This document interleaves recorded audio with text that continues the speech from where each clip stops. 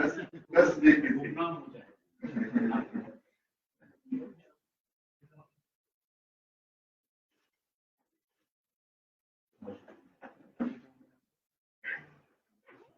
یہ بس ہو گیا اسی طرح یہ ہونا رہتا ہونا.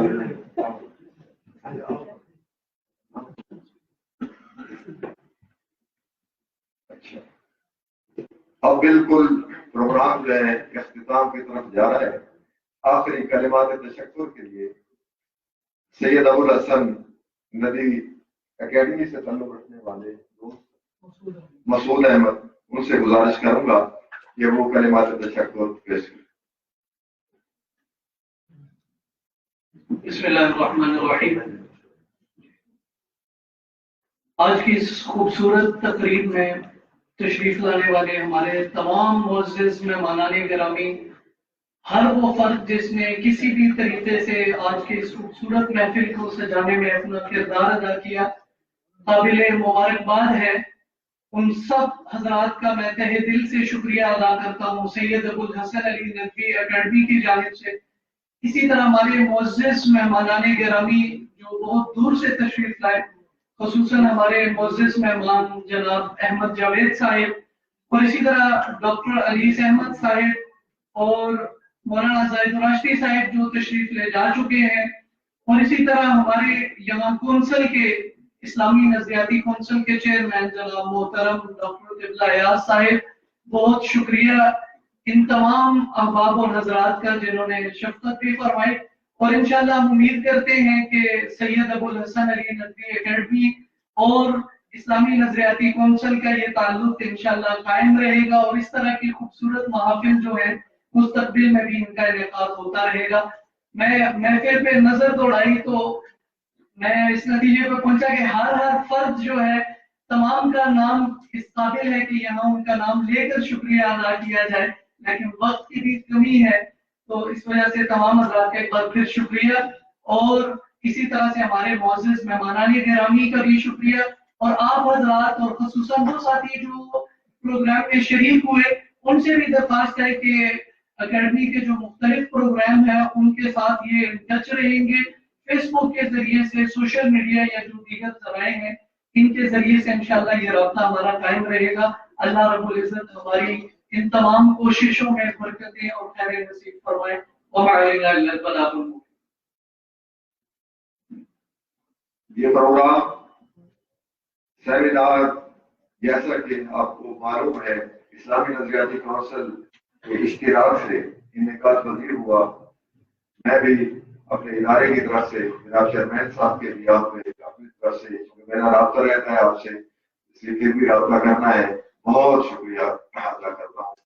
اور ساتھ یہ ہے کہ مسجد پہ نماز ہے، اذان ہو گئی ہے، بالکل اس کے متصل ہی وہاں ہم نے ریفریشمنٹ کا انتظام کیا ہوا ہے، بہت اچھا انتظام ہے. آپ تشریف